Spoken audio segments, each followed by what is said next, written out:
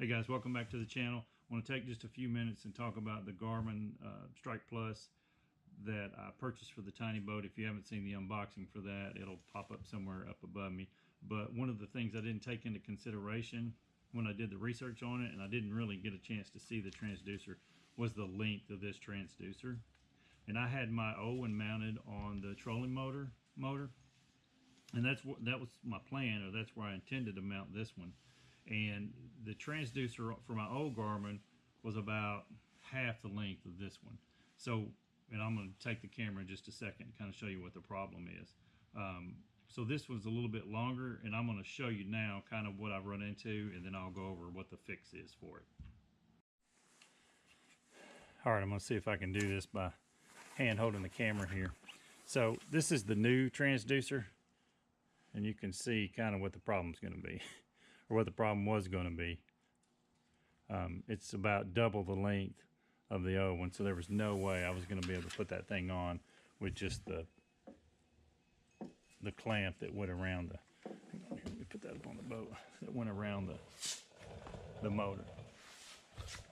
So this is the Jimmy Ray part right here. This bracket, it just attaches to the shaft, and I think the box says, and I'll go back and look, it'll fit to any 1-inch trolling motor shaft.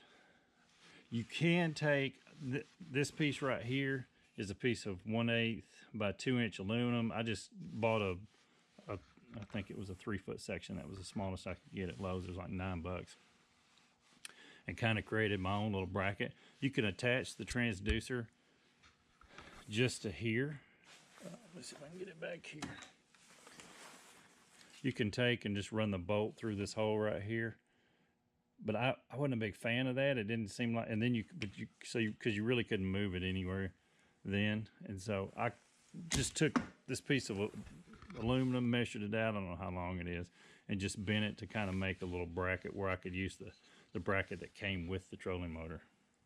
And I just drilled that on there, and then the transducers, and then it'll just fit in there like it normally would. I'll run the cable through here and then wrap it around the shaft of that trolling motor there. And then I put it on the inside of the trolling motor mount there. You can see it slides all the way down to the very bottom.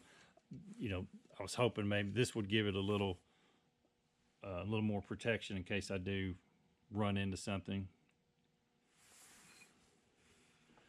I'm a member of a couple of fishing forums, and on crappie.com there was a guy that had taken and he drilled a hole here in this fin and attached his that way. It still probably would have been pretty close. I just wasn't a fan of that transducer hanging down there. I figure at least this way, you know, if the motor is going to hit anything, I guess I still run the risk of catching something out here to the side. And we'll just have to see how this works. You know, I know you can't have them too close to the motor in the back. It'll create a little bit of interference, and I don't know how much interference I'll get from the trolling motor, but we'll see. That'll be my next video once I get it installed and get it out on the water. We'll see how it does. But anyway, that's it. That's the mount. You just slide it right down there and attach it. All right, so here's the solution that I came up with. I got online, started looking around at different ways to mount that thing on the trolling motor, and this is what the cheapest way or most cost-effective way that I came up with was this Jimmy Ray. Jimmy Ray's the guy that makes it, or the company that makes it. It's a transducer mounting bracket is what that bracket was called that I was just showing you. I picked this up at Bass Pro. If you don't have a Bass Pro near you, I'll look on Amazon and see if it's sold there. If it is, I'll put a link in the description below. But the main thing is, you know, I don't have to mount it on the back because of the way it's a homemade trailer. The way it was made, the bunks would kind of be in the way of where that transducer would have to be mounted back there, and I was almost 100% sure I would knock that thing off at some point. Bass Pro had another deal that mounted to the back that just screwed in like mounted like your trolling motor mounts.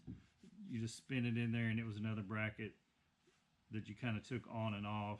Again, I felt for sure at some point I would have jacked that thing up by putting it on the trailer, knocking it off or something. So at some point down the road, we're going to upgrade this trolling motor anyway, and it's going to have a motor on it probably long enough that I can use the standard bracket that comes with this Garmin rather.